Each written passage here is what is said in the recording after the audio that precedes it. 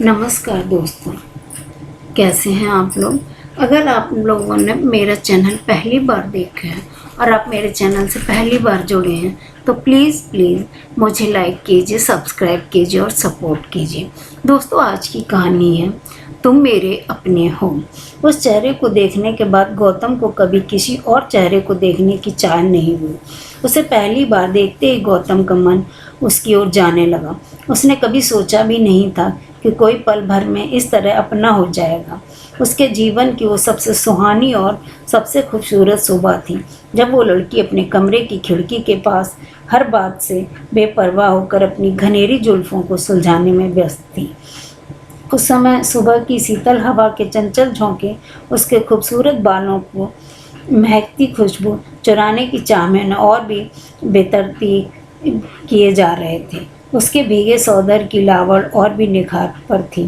फिर अचानक ही गौतम को अपनी ओर देखता पाकर उसकी भ्रुकुटी कुछ तनसी गई और न जाने क्या सोचकर एकाएक बड़ा मोहक अदा के साथ वे मद भरे होंठों की लाली एक दिलकश मुस्कान बनकर उसके लबों पर खिल उठी।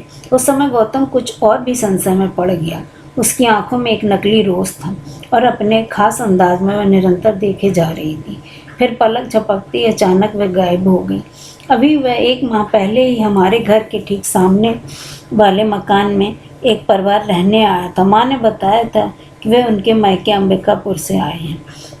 इस परिवार के बीच 5 सदस्य हैं और उसमें शालिनी नाम की एक बहुत सुंदर और उसकी एक बेटी है जो यहाँ के IIM कॉलेज में पढ़ रही है। शालिनी की माँ के साथ उसका हमेशा एक बहन जैसा अपनापन रहा है और वे दोनों कॉलेज के ज़माने से एक दूसरे की बहुत अच्छी दोस्त व सहपाठी रही हैं। आज सुबह शालिनी को उसे इस तरह देखने का वो रहस्यमय अंदाज अब उसकी समझ में आने लगा और आज सुबह ही अपने ऑफिस जाने के लिए वह जब घर से निकला तो उसी समय शालिनी भी बड़े बेबाक अंदाज में चलते हुए उसके पास आकर रुकी और अपना दायां हाथ आगे बढ़ाकर उसे अपना परिचय देते हुए कहा, मैं शालिनी। तब गौतम ने उसके कोमल हाथ को थामकर तुरंत जवाब दिया, और मैं गौतम।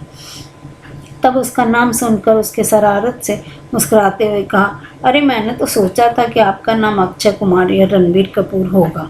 तब गौतम ने भी जवाब में कहा, जरूर होता अगर आपका नाम दीपिका पादुकोण या प्रियंका चोपड़ा होता। इससे पहले कि वो कुछ कहती, गौतम ने घर की ओर इशारा करते हुए कहा, जाइए माँ घर पर हैं और आपका इंतज़ार कर रही है। जब गौतम की बारी थी उसे हैरान करने की।